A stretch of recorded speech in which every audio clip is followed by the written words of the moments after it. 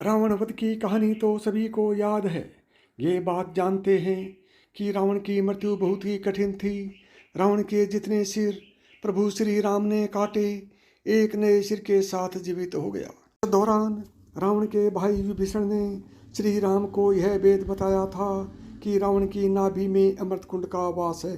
जब तक अमृत सुरक्षित है, रावण का कोई भी कुछ नहीं बिगाड़ सकता।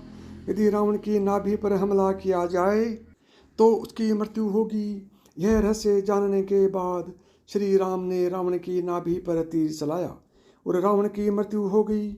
इस रहस्य के उजागर होने के बाद ही रावण की पराजय हुई और उसकी दुष्टता का एक अध्याय समाप्त हुआ। ये कथा सिर्फ इतनी ही नहीं है, इसका संबंध रावण की पत्नी मंदोदरी से भी है, जिसने यह रहस्य बताया था जो बाद में रावण की मृत्यु का कारण बना। एक बार रावण, कुंभकर्ण और विभीषण ने ब्रह्मा जी की कठोर तपस्या की।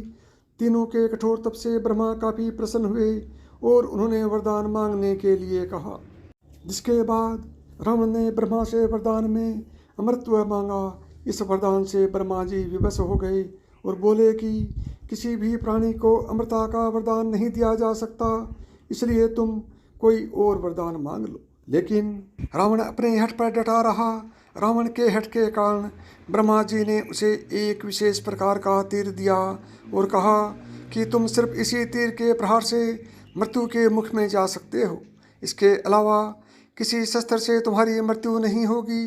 रावण को अब यह ज्ञात हो गया था कि सिर्फ इस तीर से ही उसे मृत्यु मिल सकती है, इसलिए रावण ने यह तीर अपने महल में सिंहासन के पास वाली दीवार में चुनवा दी। वहीं वह जब भी अपने सिंहासन में विराजमान होता तो वह जानता था कि तीर कहाँ है। ये भेद रावण के अलावा सिर्फ उसकी पत्नी मंदोदरी को पता था। जब युद्ध में श्री राम रावण को मारने में असफल हुए तो विभीषण ने उन्हें बताया कि रावण की नाभि में एक अमृतपान है, जिसे किसी सिर्फ और सिर्फ ब्रह्मा जी के दिए तीर से ही भेदा जा सकता है। लेकिन विभीषण को यह नहीं पता था कि बाण कहाँ है। वहीं इस रहस्य की जिम्मेदारी हनुमान जी को सौंपी गई। हनुमान जी ने ज्योतिष का रूप धारण कर लंका गए और लोगों का भविष्य बताने लगे। उनकी चर्चा सुनकर मंदोदरी भी अपना भविष्य जानने आई। जहाँ बातों ही बातों में ज्योतिषी बने हनुमान जी ने कहा कि ब्रह्मा के दिए उस तीर से रावण को संकट है। तब मंदोदरी ने कहा कि ऐसा नहीं हो सकता, वह तीर सिंहासन के खंभे के पीछे सुरक्षित है।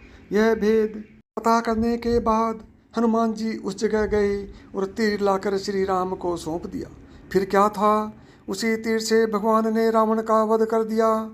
इस प्रकार से ज्योतिषी के रूप में हनुमान जी द्वारा की गई वह भविष्यवाणी सही साबित होगी। तो साथियों, यदि आपको यह कहानी पसंद आई है और आप इसी तरह की कहानी सुनना चाहते हैं तो अभी मिथास की कहानियाँ यूट्यूब चैनल को सब्सक्राइब करें। जय श्री राम।